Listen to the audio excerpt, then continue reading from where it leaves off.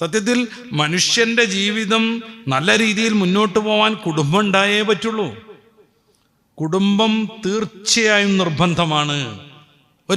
ഈ കുടുംബത്തിന് പകരം പെണ്ണുങ്ങളോടൊക്കെ അവർ മാടി വിളിച്ചിട്ട് കൊണ്ടുപോകുന്ന ചില ലൈംഗിക രീതികളുണ്ട്. Living together.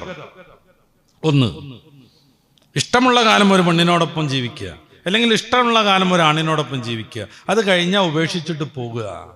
നമ്മൾ ആലോചിച്ച് നോക്ക്, ഇതിൻ്റെ ഉപോൽപ്പന്നമായി ഒരു കുഞ്ഞ് ജനിച്ചാൽ ആ കുഞ്ഞിൻ്റെ ഉത്തരവാദിത്വം ആര് നിർവഹിക്കും?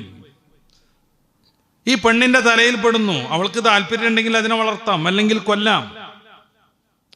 കൊല്ലാം.